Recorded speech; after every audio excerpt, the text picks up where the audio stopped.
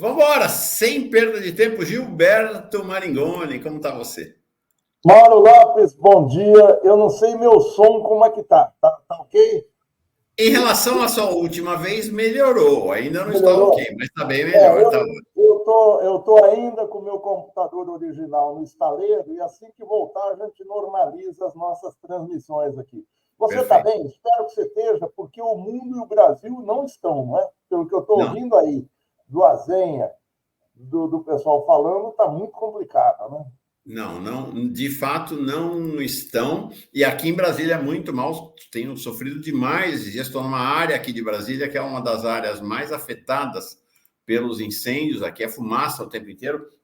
Agora, pela primeira vez, consegui, enquanto rolava o Fórum Mídia, abrir as janelas da casa para ver, porque pela primeira vez abri a janela e não tinha cheiro de fumaça do lado de fora, mas aqui dentro da casa está tudo cheirando a fumaça. Então, abri um pouco para ver se dá uma ventilada aqui, se sai esse cheiro. E esse é o nosso tema para começo de conversa, Maringoni. O tema é exatamente esta situação do Brasil, que é verdadeiramente impressionante o que está acontecendo no país. Ontem houve uma reunião ministerial, presidida, não uma reunião ministerial, uma reunião dos três poderes. Estava lá presidida por Lula, estava, além de Lula, o presidente do STF, o Barroso, estava o presidente do Congresso, o Pacheco, mais o Lira, mais o presidente do STJ, ou seja, a cúpula institucional do Brasil para lidar com o tema dos incêndios criminosos. Todas, em que pese, por exemplo, o Pacheco fazer uma defesa entusiasmada do agronegócio, todas as defesas foram taxativas em qualificar os incêndios como criminosos, exceto a do presidente Lula. Foi muito mais cauteloso que os demais, apesar de ter sido o único que fez uma insinuação em relação ao Malafaia, né? Que o Malafaia seria o culpado pelos incêndios, né? Então, ele foi realmente bem mais cauteloso. Eu queria te mostrar duas questões, porque são dois aspectos. Um é a identificação do que está acontecendo e o segundo, a reação do governo. Eu preferia primeiro ficar na identificação. Não, vou te passar as informações que a gente tem e, na sequência, queria ouvir um comentário amplo seu sobre esse assunto. Vou mostrar, já mostrei aqui mais cedo, vou mostrar de novo para quem não estava e para o Maringoni que não viu, uma intervenção que eu considerei dramática na reunião ministerial feita pelo João Paulo Capobianco, Capô, como a gente conhece ele há muitos e muitos anos, que é o secretário executivo do Ministério do Meio Ambiente, o braço direito da Marina Silva. Ele foi fazer uma apresentação resumida de qual é o cenário do país. Qual é o cenário? Dramática apresentação. Vamos ver.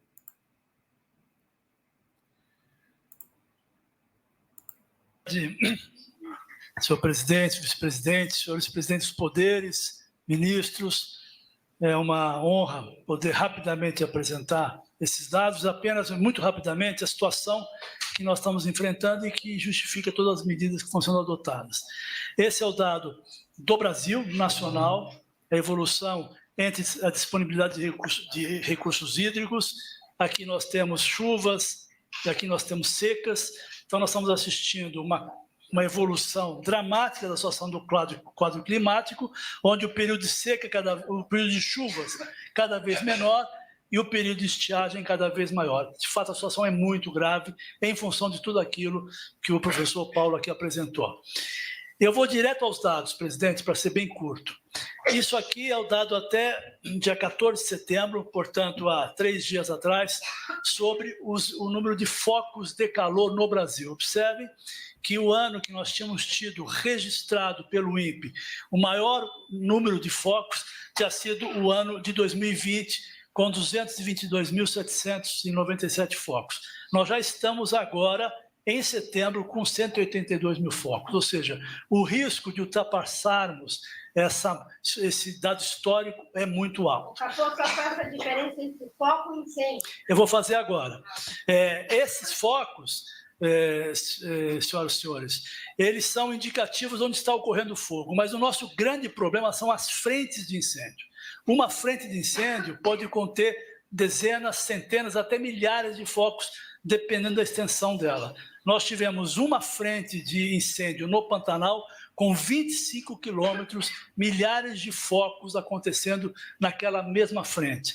E no Pantanal, eu trago esse dado, em primeiro lugar, antes da Amazônia e do Cerrado, porque aqui nós temos, senhor presidente e senhores presidentes dos poderes, uma situação em que o país foi capaz de reverter graças à sala de situação e à ação integrada do governo. Observe que nós estamos numa rota ascendente, nós tínhamos indicativos de que iríamos superar o pior ano de 2020, mas a ação integrada do governo permitiu uma inflexão da curva, perdemos um certo controle, voltamos a infletir a curva e hoje nós cruzamos já os dados do pior ano, ou seja, a nossa possibilidade de conseguir reverter o quadro é muito grande no Pantanal. Observem que, em termos de área queimada, que é a principal medição, o foco de calor é um dado importante, mas o pior é a área que foi efetivamente queimada e perdida do ponto de vista de ecossistemas ou de áreas produtivas.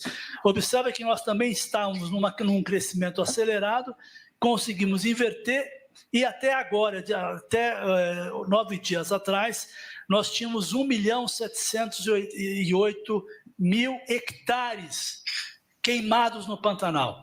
Significa 17 mil quilômetros quadrados, o Pantanal tem um pouquinho menos de 200 mil quilômetros quadrados. Portanto, é uma área muito grande, porém, estamos trabalhando para impedir que tenhamos um dado próximo a 2020, que foi o pior ano da história de todo o Pantanal que nós vivemos no passado recente.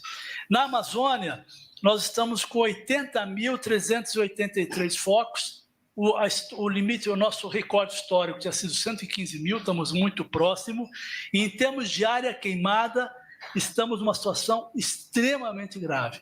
Observem uma ascensão exponencial da expansão do desmatamento, já estamos de queimadas, já estamos com 80 mil quilômetros quadrados queimados, o recorde histórico tinha sido 96 mil em 2020, e pior, o dado sobre o que está queimando, porque parte do que queima é em pastagem, parte do que queima é em área agrícola, e parte, historicamente pequena na Amazônia, do que queimava era em floresta. Porque a floresta tropical ela é úmida, ela é resistente ao fogo. Mas observem que um dado histórico que ficava abaixo de 10%, no máximo 12%, de floresta no conjunto de tudo que foi queimado, observe que agora nós temos 34% em floresta, ou seja, na Amazônia, este ano, nós estamos com 1/3 da área queimada de floresta. No Cerrado, também estamos avançando muito rapidamente, estamos com um dado de focos muito alto e com um índice de área queimada já de 89 mil quilômetros quadrados. Resumindo, e indo direto ao ponto, até o dia 9 de setembro, nós tínhamos 18 milhões de hectares queimados na Amazônia, Pantanal e Cerrado somados, ou seja, 187 mil quilômetros quadrados, que equivale proximamente à área do estado do Paraná, já queimados. E com o problema de que nós temos uma estiagem muito forte pela frente, que nos preocupa tremendamente. Esse é um dado muito rápido que mostra o que a ministra comentou sobre as frentes de queimadas. Observe que um crescimento quase que exponencial. Nós saímos de 34 frentes em junho para 691 agora em todo o Brasil, em setembro. Temos uma quantidade muito grande de frentes extintas e controladas, mas elas continuam aparecendo a cada semana, 100 novas frentes praticamente a cada semana, o que implica numa seguinte constatação: estão pondo fogo. Né? Lembrando que o combate a fogo não é uma atribuição do governo federal. O governo federal, teoricamente, pela lei, teria a obrigação de combater incêndio nas áreas federais, unidades de conservação e áreas públicas federais. Mas nós estamos sendo obrigados a socorrer todas as áreas do Brasil, porque, como foi dito, a capacidade dos estados é muito baixa. E os indicadores de que isso é um crime aparecem a cada dia aos milhares. Esse é um caso muito importante. Nós estamos falando de 17 de setembro, desculpa, que está a data errada aqui, aí foi a data de impressão. Essa matéria aqui é do final de agosto, aqui foi a data que ela imprimiu. Observem o jornal Folha do Progresso, da cidade de Novo Progresso, que é um dos epicentros de incêndios na Amazônia. Flona Jamanchim, Floresta Nacional do Jamanchim, a vingança será com fogo. E a matéria fala de fontes dizendo que, em função do aumento do controle, da ação de fiscalização, nós vamos pôr fogo na Amazônia, vamos pôr fogo na Floresta do Jamanchim, para vir depois lá, o governo que apague, né? Não estão lá no Pantanal? Que venham proteger a floresta deles, argumentou um líder que poderia ser investigado pela Polícia Federal, pela ABRIM, para saber quem foi. Nossos carros do Preve-Fogo cada vez mais inviabilizados, botam fogo na área, enchem a estrada de pregos e impedem que o acesso do Preve-Fogo chegue nas áreas. Temos tiroteio com a Polícia Federal, quando chega na área para fazer a operação, são recebidos a bala. E, pior, engenheiro preso por atear fogo, preso em flagrante, pondo fogo numa área de florestal, paga fiança de 5% e é solto. Matéria publicada e enviada por mim pelo delegado Humberto da Polícia Federal, revoltado, porque o esforço enorme para tentar combater e a justiça solta o sujeito pagando 5% da fiança sem nenhuma consequência. Muito obrigado.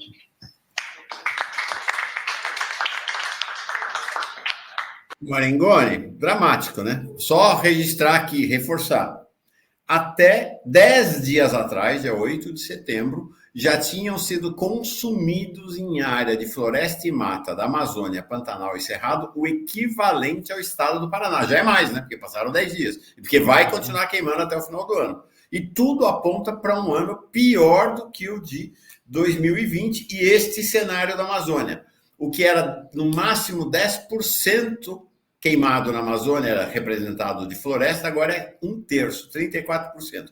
Floresta se queima por um único motivo na Amazônia, para abrir pastagem. Não há dois motivos, é só para abrir pastagem. Dramática a apresentação dele, né, Marengoni? Não, dramática, impactante. A cara do... Se você pega, durante o começo da exposição dele, o Padilha está lendo um papel, do lado da Marina tem alguém conversando com ela, tá uma dispersão. No final, está todo mundo com uma cara de estupefacto, inclusive o presidente Lula, né?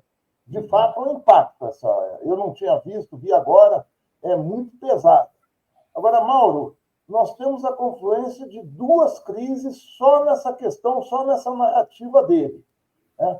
Nós temos uma crise ambiental que já vem de anos, ou a gente pode dizer de décadas, pelo menos 2 décadas, que é essa abertura de pastagens, a questão dos madeireiros, a derrubada de áreas de florestas, que se soma à ação pontual e criminosa, ou seja, o pessoal continua colocando fogo, né? Então, você tem 2 impactos, porque isso altera a dinâmica climática. Eu não sou especialista na área, mas a gente está vendo. Em São Paulo, a gente combina, semana passada, temperaturas próximas de 30 graus, ao redor de 30 graus, e uma queda para 12, 13 graus agora, essa semana. É uma queda de 15 graus de um dia para o outro, praticamente, né? Então, essa crise climática, que parece ter mexido na estrutura desse ciclo de calor e frio, de chuva e seca no país, é impressionante.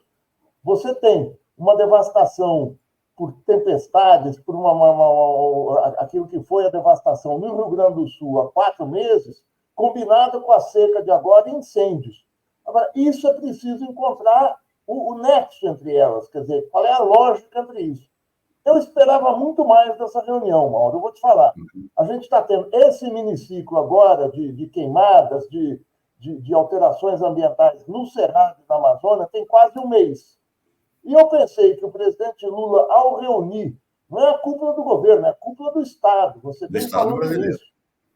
São os 3 poderes, é o Procurador-Geral da República e alguns dos principais ministros. Eu, pelo menos, ali vi o Rui Costa, o Alexandre Padilha e o Paulo Teixeira. Deve ter mais, e a ministra Marina Silva, evidentemente. Eu esperava que eles fossem apresentar um plano para o país. Não apresentou nada. O presidente Lula fala, parece que são criminosos. Teve gente importante no comício de 7 de setembro em São Paulo que falou que vai colocar fogo no país. O presidente da República, que tem embaixo de si para assessorá-la a Polícia Federal, a ABIN, o INPE, Instituto Nacional de Pesquisas Espaciais, as 3 armas do Exército, numerosos institutos de pesquisa, as universidades e um sem número de áreas do governo, não pode falar em parece. Ele não está numa conversa informal como eu e você aqui, que tanto você quanto eu podemos falar, olha, parece que pegou fogo. O presidente da República não pode, ainda mais numa reunião desse teor. Então, eu achei que não houve preparação. Não, ainda tem um momento que o presidente Lula diz, olha, precisa ver, porque pode ter tido fogo que não seja criminoso, fogo espontâneo. Praza aos céus. É consenso na literatura científica que não existe fogo espontâneo, exceto na época da chuva, por causa de raio. Loucura isso. Ele vai para a reunião armado do senso comum, em vez de estar armado da assessoria de um presidente da República. Fiquei chocado com isso também. E aí isso vira manchete. O parece, não existe parece. Existe uma crise estrutural que demanda uma ação do Estado muito mais efetiva, que não pode acontecer porque o Estado tem o arcabouço fiscal que impede aumento de gastos e investimentos. O Ivan agora estava lendo o editorial da Folha de São Paulo, que já gritou, não se pode banalizar a política econômica. Ou seja, o Dino disse... Quando eu vi que o ministro Flávio Dino ia abrir créditos extraordinários, eu achei que ele fosse abrir crédito na casa das dezenas de bilhões de reais, que é o caso de se fazer. São 500 milhões. Mauro, eu vou colocar para você o que são 500 milhões de reais. Embora você saiba disso, mas eu só vou filtrar a informação. Há poucas semanas, o Exército Brasileiro realizou uma compra de helicópteros nos Estados Unidos, abriu negociações para comprar 12 helicópteros de combate Black Hawk, no valor de $1 bilhão. São mais ou menos 5,5 bilhões de reais. São 12 helicópteros. 500 milhões de reais é mais ou menos 1,2, um helicóptero e meio desses que foram comprados. Um helicóptero também não. Dá menos que isso. Você divide 5,2 por 12, cada helicóptero... São 2 helicópteros. 2 helicópteros dá 500 milhões de reais. É uma coisa assustadora. Não chega a 2 helicópteros. É menos. Então, eles não estão soltando dinheiro algum. Não tem crédito extraordinário algum. E em 2020, quando houve uma outra emergência de queimadas, o presidente Bolsonaro, isso circulou na rede, isso você sabe, a gente já conversou, e muita gente aqui que está nos assistindo sabe, o presidente Lula, durante o governo Bolsonaro, falou o seguinte, tinha que colocar 50 a 60 mil militares em cima para vigiar, para combater, enfim, para reprimir esse tipo de coisa. Cadê os 50 a 60 mil militares? Sendo que o presidente Lula disse que hoje tem o melhor e mais hábil ministro da Defesa que nós já tivemos. Então, não tem plano algum. Eu fico assim, eu não quero parecer reclamão, mas não tem como. Quer dizer, o combate é pífio. Desculpa o desabafo. É isso. Não, vamos lá. Em relação a essa questão do valor, a gente tem hoje uma emergência nacional. Foi decretada, inclusive, não pelo presidente da República, né? Foi decretada por um ministro do Supremo, Flávio Dino, decretou emergência nacional. Nós vimos o depoimento do segundo homem do Ministério do Meio Ambiente dizendo que até 10 dias atrás já tinha sido queimado no Brasil o equivalente ao estado do Paraná. Portanto, já deve ser muito mais 10 dias depois e vai continuar, né? Vão continuar queimando. Pelo jeito, as coisas vão seguir.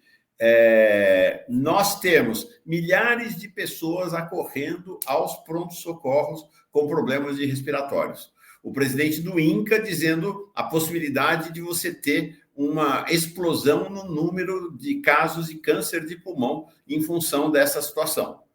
Então, nós temos uma emergência climática, temos uma emergência de saúde pública, temos uma emergência econômica. Vocês imaginam a quantidade de famílias afetadas e impedidas de trabalhar por esse processo. Ok.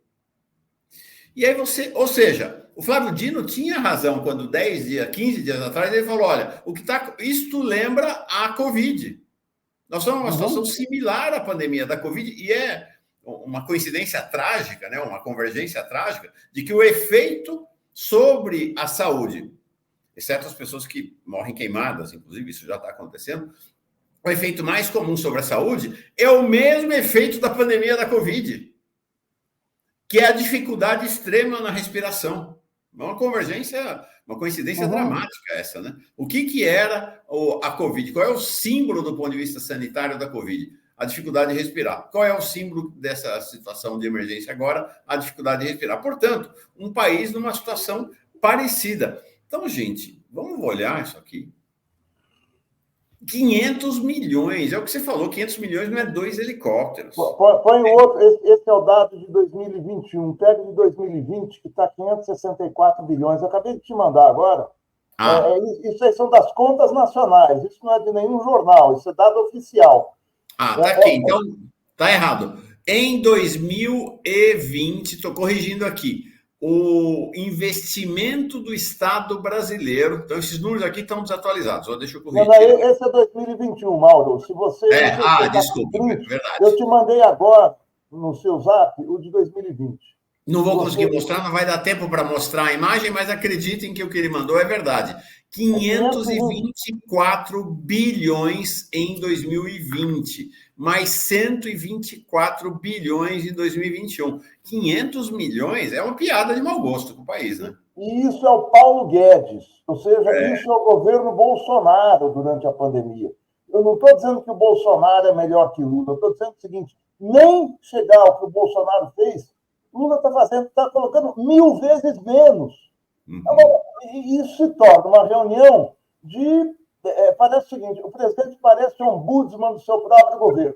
Você se lembra, Mauro, nós somos mais velhos, no governo Itamar, quando houve um surto inflacionário no começo de 93, o Itamar falou o seguinte, eu passei no mercado, porque está tudo tão caro, alguém precisa fazer alguma coisa. Ele é presidente da República, e ele falava, alguém precisa fazer alguma coisa. O Lula não pode se colocar como um observador do seu governo.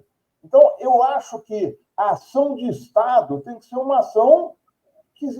O arcabouço tem que ser uma ação que vá além do arcabouço. Dane-se a Folha de São Paulo, o mais importante é a vida. Então, o que o arcabouço está fazendo, ele impede o Brasil de se viabilizar. O arcabouço é uma medida neoliberal. Ele está sendo pior que o teto de gastos, que foi estourado pelo Bolsonaro. Então, nós podemos ficar preso a regrinhas neoliberais que vão destinar o dinheiro da arrecadação dos impostos, ou seja, o dinheiro existe, destinado aos rentistas. Esse é o problema. E isso aqui, o presidente Lula podia ter um gesto de grandeza e dar esse salto adiante. Por que não dá? Pelo mesmo motivo que não deu no Rio Grande do Sul. Até hoje, centenas de milhares de pessoas estão em abrigos, estão em situações muito precárias, a economia do Estado continua em crise profunda, mas isso saiu da pauta dos jornais. Vamos ver se hoje os membros, os representantes do presidente Lula, os diretores do Banco Central indicados por ele, vão votar hoje na reunião do Comitê de Política Monetária, que vai decidir a taxa de juros, vão fazer o que o presidente Lula sempre falou. O Roberto Campos Neto sabota a nossa economia ao elevar a taxa de juros. Vamos ver se eles vão votar contra a elevação da taxa de juros para baixar a taxa de juros. Porque a taxa de juros está diretamente ligada nesse aperto monetário que impede o país de investir em situações de emergência. É isso aí. A Maria Silva está gritando aqui. Maria, já li você. Vou registrar aqui que o Twitter voltou. Eu vi lá na redação, aparentemente voltou a funcionar, mas não voltou a funcionar amplamente. Em alguns aparelhos. No meu, por exemplo, não está funcionando. Tá? Então, o pessoal na redação está vendo para ver se teve uma liberação do Alexandre de Moraes para a volta do Twitter. Deve ter tido, porque senão não teria como voltar. Tá? Mas vamos em frente na nossa pauta aqui, que é mais relevante do que a volta ou não do Twitter. Maringoni, essa é uma questão, que é este olhar fiscalista para tudo, que o governo tem, que o governo Bolsonaro tinha, o governo Lula tem, né, e de maneira extremamente radical. O Ivan, como você falou mais cedo aqui, falou o editorial da Folha de São Paulo, né, dizendo que o gasto emergencial não pode ser banalizado e chamando a atenção para isso. Olha, precisa cuidar do arcabouço fiscal, tem que ser dentro dos limites do arcabouço fiscal. Mas, ora, Não, Maria, não estou falando nada, não. Foi bom você ter avisado. Obrigado pelo registro. Bom, é o seguinte, na véspera da decisão do Flávio Dino de decretar estado de emergência e dizer que não tem que obedecer coisa nenhuma ao arcabouço, e a prioridade é combater os incêndios e a crise climática, o advogado-geral da União, que estava na reunião ontem, o Jorge Messias, que é um braço direito do Lula, o que o pessoal diz é que se fosse para escolher sem as condicionantes políticas, seria ele o escolhido do Lula para o Supremo e não o Flávio Dino, mas aí as condicionantes políticas levaram a escolha do Flávio Dino. Ele tinha mandado uma advertência ao Flávio Dino para dizer para ele, não pode romper com o arcabouço fiscal. Cuidado aí com as medidas que você vai tomar em relação. Aí depois tem duas versões em Brasília, uma versão de que ao fim e ao cabo foi tudo combinado com o Lula, essa decisão do Flávio Dino, e tem outra versão de que não foi combinado. Mesmo que tenha sido combinado, Maringoni, é notável, né, que o governo não tenha coragem para tomar a peito uma situação de crise nacional e dizer, está suspenso o arcabouço para esse tema aqui da crise e assumir ele. Quer dizer, precisa usar a mão do gato, né, para tirar a castanha da fogueira, né, precisa se usar o Flávio Dino, porque o governo não tem coragem de peitar o arcabouço fiscal, fica com medo de o Congresso não aprovar disso e daquilo, né. Acho que essa questão do arcabouço fiscal não é só o editorial da Folha, não. É o editorial do governo Lula também, né? Sim, Mauro. Essa situação, a repórter Adriana Fernandes, da Folha, falou anteontem essa questão, que foi combinado entre Lula e Dino para mandar, para que o STF abrisse o crédito extraordinário, que pela lei do arcabouço, lei que o presidente Lula e o Fernando Haddad formularam e fizeram aprovar no Congresso, pela lei, o Congresso é que tem que aprovar créditos extraordinários. Como a lei do arcabouço é um caos, é uma lei mal feita, é uma lei que prejudica o país, é uma lei que prejudica o governo Lula, é uma lei feita em cima da pedra, eles mandaram para o Dino que, numa gambiarra institucional, abre os créditos extraordinários para não passar pelo Congresso. Acima de tudo, eles se enredam num nó institucional que vai causar problemas mais adiante. Passaram por cima do Congresso. E aí, quer dizer, claro que isso vai dar problemas adiante, mas isso é o governo Lula quem fez. Para uma lei, eu estou falando, eu recalculei aqui, são 2 helicópteros. O que foi liberado foi o preço de 2 helicópteros de combate. É nada. É o preço de um viaduto numa cidade média do interior. Esses 500 milhões. É nada. Então, existe um jogo de imagens de parecer que está fazendo alguma coisa, não se faz nada. Porque existe uma questão estrutural que o Azenha levantou aqui no bloco anterior, que é o seguinte, o PIB brasileiro é garantido pela agricultura de agroexportação, não é por uma agricultura para nos alimentar. Isso tem pelo menos 30 anos, desde o governo Fernando Henrique, não mudou. Nós, voluntariamente, desindustrializamos o país a partir do Plano Real. O Lula continua isso, o Azenha fez a observação correta de que tem muito mais semelhança do governo Fernando Henrique com o governo Lula. O Lula continua isso. Isso faz parte também de um aumento da economia extrativista, ou seja, o que a Vale faz, por exemplo. A Vale se tornou uma mineradora, uma indústria extrativista que extrai minério do subsolo e exporta in natura para a China. Os 2 acidentes, Brumadinho e Mariana, são também causados pelo modelo de desenvolvimento que a gente tem. Eu não quero juntar tudo no mesmo saco, mas eu quero ver, dentro dessa economia exportadora, agrária, extrativista, ela é uma causadora constante de desastres ambientais. E se não se combate isso, se a gente não mudar esse padrão, isso é uma obra de décadas, a gente vai continuar tendo hecatombes climáticas, hecatombes ambientais desse tipo. Então, não adianta o presidente Lula dizer que dia 7 de setembro teve alguém na Paulista que falou assim, o presidente não pode insinuar, o presidente é a autoridade maior da República, ele não pode falar como eu e você. Paulo, parece que tem alguém aí que está atacando fogo na mata. O presidente está falando, ele é a voz oficial do Estado brasileiro. Então, a reunião foi mal preparada, mal ajambrada, foi feita para dar satisfação à opinião pública, embora contasse com a participação de gente séria, como é o Capobianco, que eu fiquei realmente estarrecido com a fala dele. Agora, não dá para ir nessa situação de e prestando contas do dia a dia. Daqui uma semana vai ter outra. Agora vai se criar autoridade climática. Vem cá, mas não tem Ministério do Meio Ambiente? A autoridade climática não é o presidente da República, não é uma ação do Estado que está sendo demandada.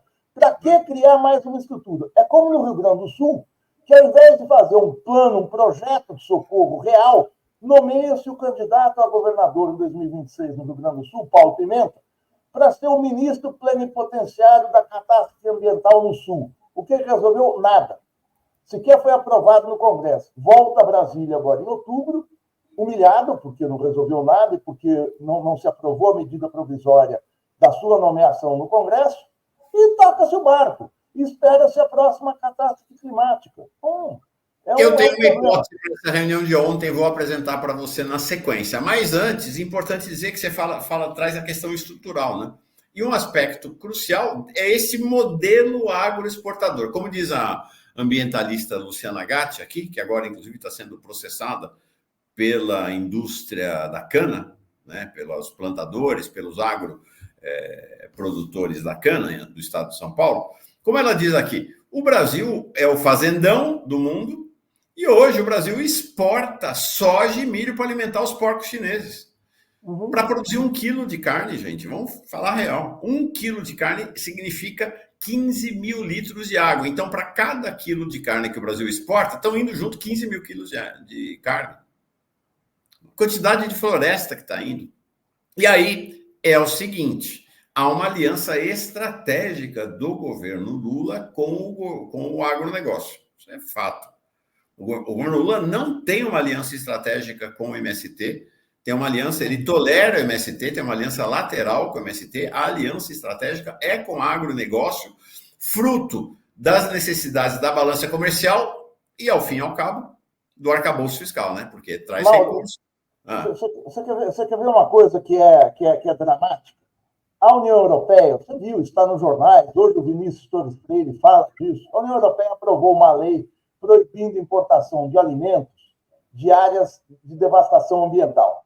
Claro que a União Europeia faz isso, não é com o propósito de preservar o planeta. É uma guerra comercial que eles levantam, tiram da manga algum atributo que eles podem colocar um grande exportador de produtos agrícolas, que é o Brasil e os países da América do Sul, para impedir a concorrência predatória com a sua agricultura. É isso que está em jogo. Mas eles acertam, no caso aqui no Brasil, porque as exportações estão sendo feitas em áreas de devastação. O que o governo brasileiro faz? Não dá nenhuma explicação interna aqui no Brasil e manda o seu ministro das Relações Exteriores, o Mauro Vieira, e o ministro da Agricultura, o Carlos Fávero, escreverem uma carta à União Europeia contestando isso, sem admitir em momento algum que existe devastação ambiental aqui. Então, para fora do Brasil, não existe nenhuma devastação ambiental. O governo vai promover agora, brevemente, a COP30, a COP em Belém, a Conferência de Meio Ambiente em Belém. Eu quero ver com que atributo o governo vai fazer isso. Daqui a 10 dias, o presidente Lula está abrindo a Assembleia Geral da Organização das Nações Unidas.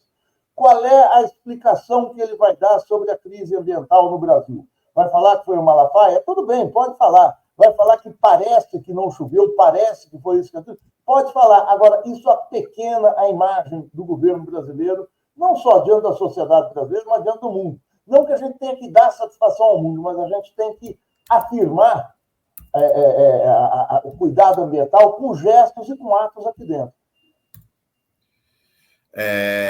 Então, vamos olhar... Porque às vezes a gente tem no nosso imaginário a ideia de que quem está botando fogo são os bandidinhos, sabe?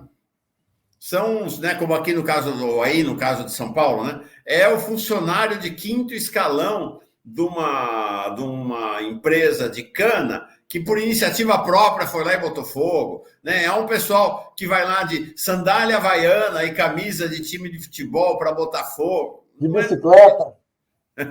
É uma indústria, é um processo industrial. E aí é importante ter clareza das relações que estão estabelecidas. Eu mostrei aqui mais cedo. Maringoni, este aqui é um dos maiores criminosos ambientais do país. O nome dele é um pecuarista lá do Mato Grosso, Claudeci Oliveira Lemes. Ele foi condenado, havia sido condenado já no passado por crime ambiental, por ter desmatado 3.800 hectares entre 2013 e 2018. Pois bem, agora, dia 3 de setembro, quando a crise já tinha acontecido, um juiz do Mato Grosso considerou que a pena dele estava prescrita e ele se livrou desta condenação. Ele está com uma multa superior a 5 bilhões do governo do Mato Grosso, que ninguém sabe se será paga, a gente pode imaginar o que vai acontecer. Aí você vai ver, não, mas ele é um marginal, não é um sujeito à margem do sistema. Pois bem, este Claudeci, que você está vendo aí na foto, agora, recentemente, ele devastou, acho que ano passado, devastou o equivalente a 4 vezes o tamanho da cidade de Amsterdã. A referência à cidade de Amsterdã, que dá 81 mil hectares. É porque quem patrocinou a pesquisa sobre essa situação foi uma entidade holandesa que está pressionando para que a Holanda não importe gado que venha dessas terras. É o seguinte, ele não usou fogo, ele usou 25 tipos de agrotóxicos para destruir a floresta. Entre eles, o 2,4-D, que é um herbicida, que é o principal composto do chamado agente laranja, aquele que foi usado, a Napalm, lembra das bombas Napalm, lá na Guerra do Vietnã, para destruir as florestas e queimar a pele de gente lá no Vietnã. É isto que ele usou. Pois bem, criminoso, marginal. Quem são os maiores compradores dele? A nata da indústria da carne no Brasil. 3 dos 4 maiores frigoríficos do Brasil são compradores dele. JBS, dos irmãos Batista, a gente sabe, com relações de intimidade lá no Palácio do Planalto, tanto com o presidente Lula como com vários dos seus ministros. Com qualquer um que esteja no Palácio do Planalto, né? Pois é. Os irmãos Batista... Aí o que aconteceu agora em julho passado? Os irmãos Batista, não estão eles, mas o presidente Lula assinou a nomeação desse que vocês estão vendo aí, que é o José Antônio Batista, sobrinho dos irmãos Batista, que a gente conhece, o Wesley e Joesley, os mais famosos, para integrar o Conselho da República, o Conselhão. Este que está no centro é o Marcos Molina, dono da Marfrig Global Foods, também uma empresa como a JBS, em escala internacional, tá? Membro do Conselhão. Este aí é o pobre, né? O pobre de articulação do trio aí. Esse aí é o Fernando Queiroz, da família Queiroz, fundadora e dona da Minerva Foods. A Minerva Foods, hoje, o maior acionista individual da Minerva Foods é este que vocês estão vendo aí, o Salik, que é o fundo soberano da família real da Arábia Saudita. Então, Maringoni, quer saber mais? Os maiores pecuaristas do Brasil, entre eles Daniel Dantas, todos, o Molina, da Marfrig e outros, todos têm fazendas enormes na Amazônia.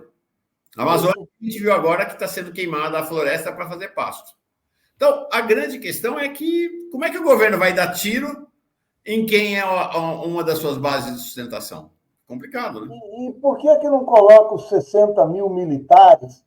Por que não acionam? Eu não vi o Múcio ali, mas cadê os 60 mil militares que vão fazer toda essa repressão a essa gente? Também não vão vir. Mas não vão reprimir essa gente, assim como até hoje a questão da Vale, em Minas Gerais, não está resolvida, assim como a questão do Rio Grande do Sul não está resolvida.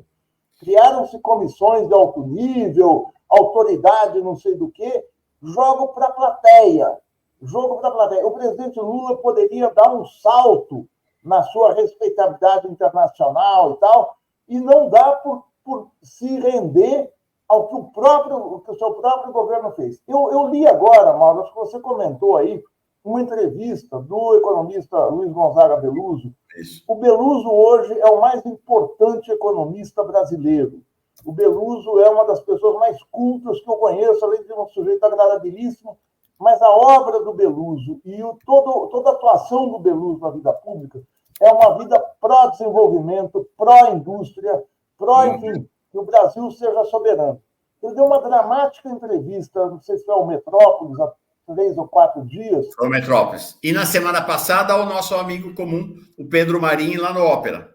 Eu não vi o do Pedro Marim. No mesmo espírito. O Beluso desolado, porque o governo está cercado, ele diz.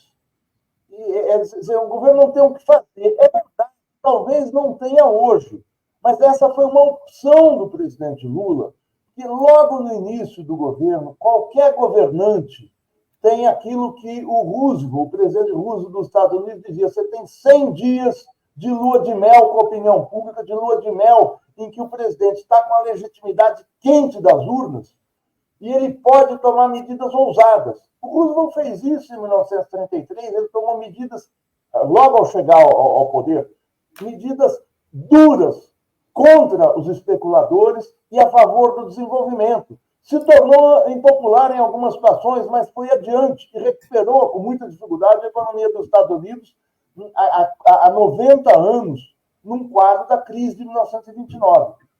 O presidente Lula teve mais do que isso. O presidente Lula se relegitimou naquele 8 de janeiro, com toda a dramaticidade que foi aquilo, ele se fortaleceu ainda mais na crise dos Yanomamis um mês depois.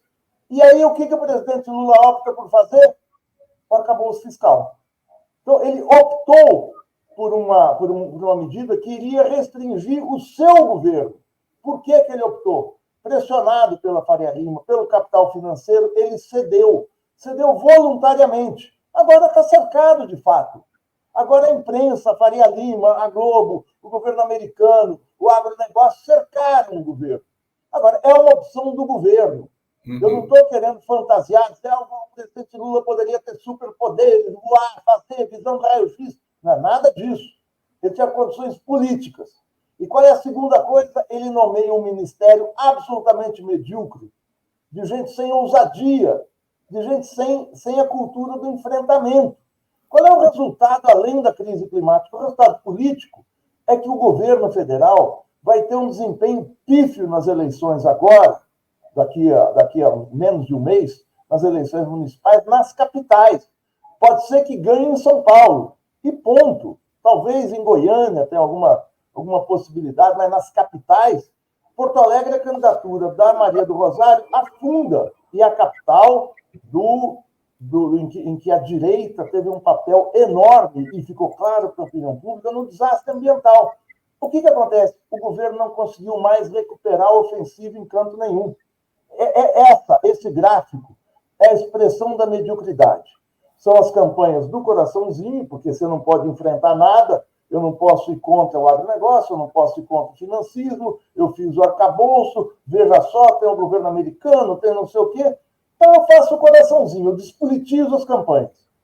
O Sebastião Melo, que é o principal responsável pela catástrofe ambiental, que deixou apodrecer todo o sistema de comportas, de contenção das águas em Porto Alegre, isso ficou claro para a opinião pública, dispara nas pesquisas.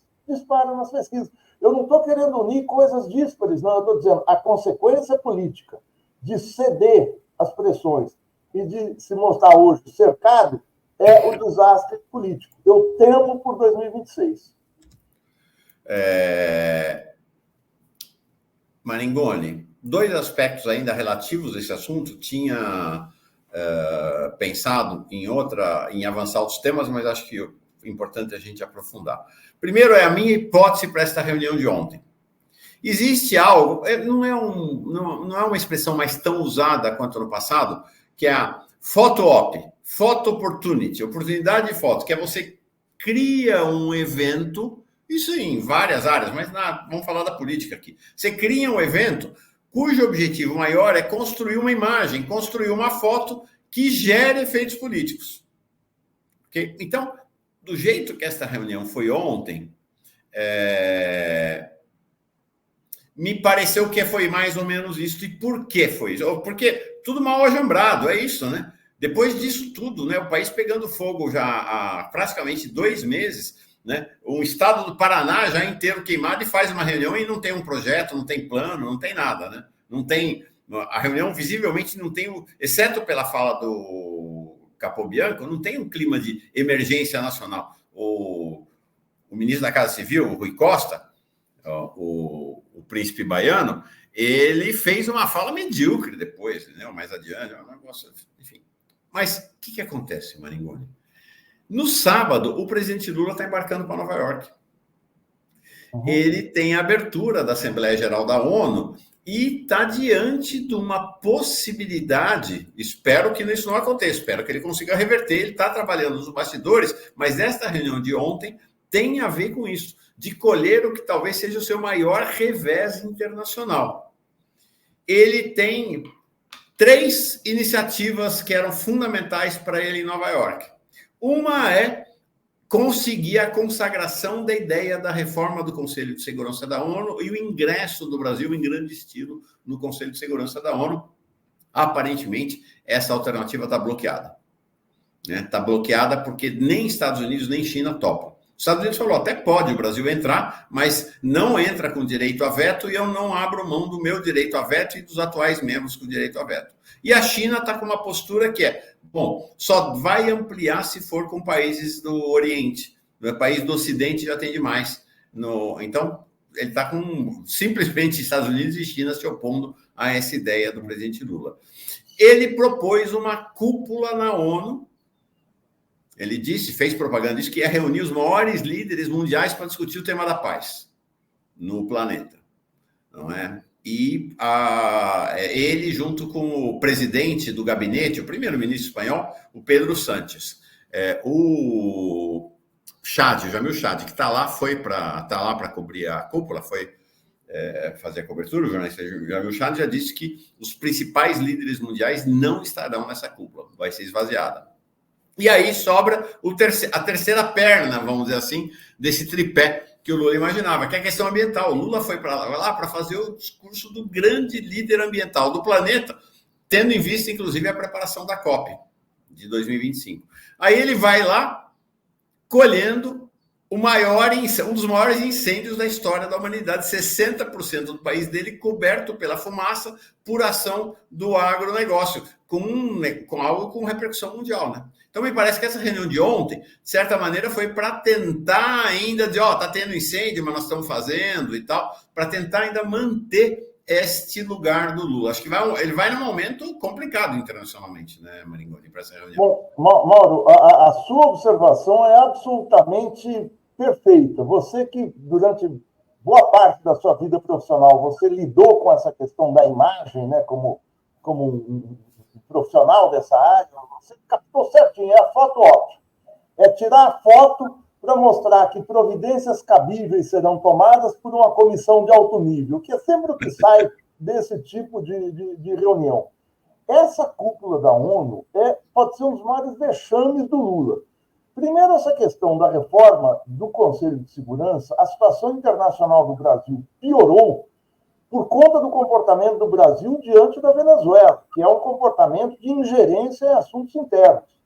O presidente do México saiu muito maior dessa crise venezuelana, a gente já conversou sobre isso em outras oportunidades, Não vou me alongar aqui, mas o Brasil claramente se coloca quase como um opositor à Venezuela, que deve ser convidada na reunião de Kazan, agora, no final do mês, final desse mês, em Kazan, no Tartaristão, onde estão os tártaros, dentro da Rússia, uma região autônoma dentro da Rússia, em que o Putin e o Xi Jinping devem convidar a Venezuela para entrar no BRICS, passando por cima do Brasil, ou seja, a autoridade do Brasil, nem na América Latina, está valendo muito. E, para compor o Conselho de Segurança, o que China e Rússia querem é um equilíbrio maior com forças aliadas. Pode ser que entre a Índia, que tem uma posição ambígua, mas está muito mais ligada ao eixo oriental. Pode ser um país aí do sul do mundo com peso, mas jamais o Brasil, que se mostra oscilante entre Washington e o BRICS, né? A gente vai ter daqui a um mês no Brasil a cúpula do G20. O Brasil ia com duas imagens, duas grandes ideias. Uma é a questão ambiental, que você já falou brilhantemente aí, quer dizer, o maior incêndio da história está acontecendo aqui no Brasil, e outra é o combate à desigualdade. Eu me lembro o presidente Lula numa cúpula em maio do ano passado, na França, eu não me lembro exatamente o que era. Ele falou na cara do Macron assim que é preciso colocar a questão da desigualdade na pauta das relações internacionais. Aqui dentro do Brasil, a desigualdade não só não está sendo combatida, mas o arcabouço, o ministro Fernando Haddad está fazendo um pente fino nas políticas sociais, fazendo no Bolsa Família, fazendo na Previdência, fazendo em áreas aí das aposentadorias por invalidez, enfim, no BPC, no benefício da prestação continuada, enfim, o governo está investindo contra as políticas de combate à desigualdade. Então, o presidente Lula tem muito pouco a apresentar. Esse recuo que ele fez no ano passado, que parece irreversível, pelo que o Beluso fala, está comprometendo não só a imagem dele aqui dentro, mas no exterior. É possível, e isso, para minha tristeza, que o presidente Lula saia desse governo muito menor do que entrou. Eu digo minha tristeza, não é só uma questão sentimental, é uma questão política. Como é que vai ficar a sucessão em 2026 com a extrema-direita toda provocando, toda avançando no país inteiro? Então, é muito grave isso que está acontecendo. O caso da ONU vai ser muito complicado, mas internamente também vai ser. Vai ser uma redução do tamanho da imagem do Brasil no mundo muito grande, quando, em 2023, o slogan do Brasil nesses fóruns internacionais era o Brasil voltou. O presidente falando grosso, o presidente falando da meio ambiental, o presidente da questão social e tal, e não se avança. Porque esse cerco é um cerco voluntário. E essa é uma questão que você traz, né? Em que pese a redução da miserabilidade na sociedade, de fato está acontecendo, a desigualdade, que era um dos temas, eu lembro, o presidente Lula, quando saiu da cadeia, foi encontrar o Papa para lançar uma campanha mundial pela redução da desigualdade, que ia ser o tema central do governo dele. Então, em que pese a miserabilidade ter diminuído nesse ano e meio do governo, os indicadores, tanto do Banco Mundial quanto do IBGE, para o Brasil, mostram que a desigualdade aumentou. Ou seja, o número de miseráveis diminuiu, mas a distância entre os que ganham menos e os que ganham mais no país, entre os de renda menor e de renda maior, aumentou e muito nesse ano e meio. Claro. Mauro, se a gente pega os indicadores são de crescimento do PIB, que a gente pode chegar a 3%, não é nada excepcional, mas numa situação em relação ao mundo é bom. Há uma situação de emprego próxima a 5%, está em 7%, 7,6%, ou seja, é muito bom. E é um aumento da renda na base da sociedade, um pequeno aumento. Só que a inflação está voltando, e vai voltar com a situação. Embora esteja controlada, a gente pode ter um surto de inflação por causa das queimadas. Isso vai fazer o Copom querer aumentar os juros. Mas isso não explica tudo. A gente se lembra em 2013, um pouco antes daquela explosão do que se chamou Jornadas de Junho, enfim, daquele pandemônio que o Brasil virou em 2013, que foi capturado pela direita, todos os indicadores, PIB, emprego e renda do governo Dilma eram muito bons. Existe um mal-estar social subterrâneo que nós não conseguimos entender na época e não estamos entendendo ainda hoje, que esse mal-estar é que provoca lá a explosão e aqui o ascenso da extrema-direita. Sim. E isso vai muito... A única explicação mais geral que eu consigo ter é aquela frase genial da economista Maria da Conceição Tavares. O povo não come PIB, o povo come comida. Então, a distância entre os indicadores e a vida concreta no dia a dia, muitas vezes é oculta pelos números, a gente não percebe até que elas explodem. Sim. Então, é isso. Quer dizer, o que explica, eu não quero abrir uma outra ponta de assunto aqui, que eu sei que a gente está no fim do tempo, mas o que explica o crescimento do Pablo Marçal, que felizmente parece estar em queda, se não um descontentamento entre a juventude em especial, que fala, olha, nada me serve, eu vou apostar nesse sujeito aqui que pelo menos está me prometendo melhoria de vida, que eu vou ficar rico como ele, etc. e tal. Então, existe um mal-estar social encoberto pelo PIB, pelo emprego, enfim, por essa situação ilusória dos indicadores objetivos da economia. E aí, queria encerrar contigo com uma questão. Eu fiquei muito impressionado com a entrevista do professor Beluso, Porque é isso, né? Ele está com 81 anos, ao longo da sua trajetória, sempre foi um economista progressista, com as ideias à esquerda. E aos 81 anos eu achei ele, nessas entrevistas duas, amargo, pessimista e meio que entregue, entendeu? Então, a tese dele é assim, o centro da tese dele é o seguinte: o mercado é mais poderoso que o governo e, portanto, não tem muito o que dê para fazer. De certa maneira, ele que, em tese, defende a redução da taxa de juros, dizendo, vai aumentar, o mercado é que resolve. Não tem muito o que fazer, que é esse apoio dele ao Galípolo, né? O Galípolo é ótimo, tal, mas ele está submetido à ditadura do mercado. Então, aí, nessa esfera das relações na economia, na política econômica, nas relações econômicas, não tem o que fazer porque o mercado é mais forte que o governo. Aí você vai para o Congresso. O centrão é mais forte que a esquerda. Não tem muito o que fazer, tem que se entregar. Então, na economia, entrega para o mercado porque ele é mais forte. No Congresso, entrega para o centrão porque o centrão é mais forte. Na questão rural, no campo, entrega para o agronegócio porque o agro é mais forte. E aí você monta um governo com base nessa sequência de conceitos de correlação de força na sociedade, e aí a resultante final é o arcabouço, que significa entregar para o centrão, entregar para a Faria Lima, entregar para o agronegócio as chaves do governo, né? Exato, Mauro. E você vê o seguinte, o governo não faz um combate claro a isso. Se eu for pensar em termos formais, o governo tem minoria no Congresso, mas indicou a maioria dos membros do STF. Tem 7 em 11 ministros. Você vai me falar, mas isso não acontece na vida real. Sim, sei lá se acontece, mas o governo indicou o Fux, o Toffoli, Carmen Lúcia, Barroso, o Fachin, o Dino e o Zanin. Tem maioria. Ah, mas eles não seguem o governo. É o problema do governo, que indicou quem quis. O governo tem na mão um homem de confiança, que é o Paulo Gonet, que é o Procurador-Geral da República. Ah, mas aí ele teve que negociar com o Gilmar Mendes. Problema dele, mas ele teve a oportunidade de nomear, ele teve a oportunidade de dar esse salto.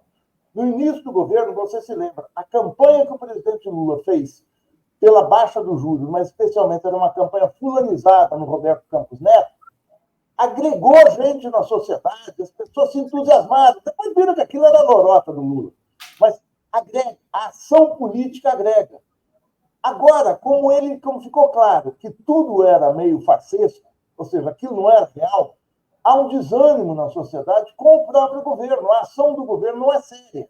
Então, é real. O ministro Beluso, eu gostaria que fosse ministro, tivesse sido, está constatando algo central. O Beluso, vamos lembrar, nós que somos mais velhos, há 42 anos, o PMDB era presidido por Ulisses Guimarães, era o grande partido da oposição. E o Beluso era assessor do Ulisses, ele tinha então 40 anos. Ele foi o formulador, junto com a Conceição Tavares, com Luciano Coutinho, com João Manuel Cardoso de Mello e com outros economistas, do melhor projeto de partido político, melhor programa partidário da história recente do país, que era o programa Esperança e Mudança do PMDB. Era um programa de soberania nacional, de industrialização, de valorização do salário do trabalhador. Enfim, era um programa, são 100 e tantas páginas, eu não sei se encontra na internet ainda, eu escrevi sobre ele tempos atrás. É um programa brilhante. E esse homem que formulou o melhor programa partidário da história está desanimado hoje. Então, isso me deixou muito tocado. É impossível reverter? Não, não é impossível reverter. É mais difícil do que há um ano, porque a esperança com o governo Lula está se esvaindo. Agora, eu gostaria de não entregar os pontos. Eu acho que dá para virar. Agora, o governo não demonstra isso. O governo prefere fazer a foto-op que você fala. Paciência. E isso é muito ruim, porque fora do governo Lula não há alternativa. A alternativa é a extrema-direita. E eu acho, até só para encerrar, que o governo, ao longo desse ano e meio, pouco mais de um ano e meio, jogou para os seus apoiadores mais radicalizados, que somos nós, ou seja, eu sou apoiador, mas eu quero que o governo seja mais ativo, que atue mais contra a extrema-direita. Jogou contra nós o seguinte: me aceitem, porque do outro lado está a extrema-direita, está o fascismo. Isso. Num certo momento, houve uma questão perversa. O fascismo se tornou funcional para que o governo ficasse nesse seu caminho, nessa sua situação extremamente moderada e recuada que nos levou à situação atual. Ou seja, o combate era o seguinte: me aceite, ou o fascismo é o pior. Como é que é aquela música do Chico Buarque? Como é que é? Fique comigo e dê graças a Deus? É uma coisa assim? Se contente comigo e dê graças a Deus. É isso que o governo fez. Agora se enredou. Então, nós estamos numa situação construída, não foi Deus que quis. Para encerrar, está aqui o Joaquim Silvino, coloca uma questão que acho que tem tudo a ver com o que você acabou de falar. Maringoni e Mauro viu um comentário no 247 cedo: o único jeito da extrema-direita sair livre é promover uma guerra civil. Estão armados. Você concorda? Eu acho que é exatamente isso que você falou, né? Nada como o espantalho da extrema-direita para colher apoio sem crítica ao governo, né? Exatamente. Essa é uma estratégia. Exatamente. Esse negócio, eles vão fazer guerra civil. Vem cá, o exército não está na nossa mão? Ah, não, mas não está porque não sei o que, o Múcio... Bom, não está porque o governo Lula não fez uma limpa no exército quando houve o 8 de janeiro. Podia fazer, existia legitimidade. Então, você tem esse espantalho, a palavra é ótima, Mauro. Você tem esse espantalho da extrema-direita para dizer, olha, se você provocar muito, não dá. O Lula não pode fazer, ele está tentando o máximo. Não está. Quem bota o Rui Costa na Casa Civil, o Alexandre Padilha na articulação política, não está tentando tudo, gente. Calma, não é assim. Quem bota Fufuca nos esportes não está fazendo tudo. Quem tinha Ana Moser e tira a Ana Moser para botar o Fufuca, sinto muito, desculpe, não está fazendo tudo. Aliás, está fazendo muito pouco diante das necessidades que a gente tem. E eu não estou querendo algo além do que é possível fazer num regime, na situação em que a gente está, em que o agronegócio, o poder econômico tem o peso que tem na sociedade brasileira. Perfeito. Gilberto Maringoni, jornalista, professor de Relações Internacionais na Federal do ABC, mais uma vez aqui com a gente. Nossa, uma conversa de uma hora gravada. Comissão 10, uma hora, foi ótima a conversa. Sua avaliação realmente sempre muito arguta, Maringoni. Obrigado, viu? Muito obrigado, Mauro. Até. Tchau, tchau.